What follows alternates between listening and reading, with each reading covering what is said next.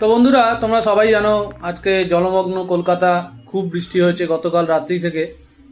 তো বাট তাও সবাইকে কাজে যেতে হচ্ছে।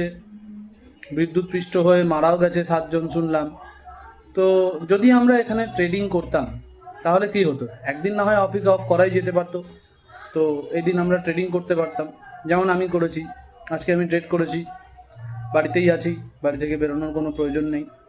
এত জলে গাড়ি বন্ধ হয়ে যাবে। আমিও জব করি, তার সাথেও আমি পার্ট টাইম ট্রেড করি।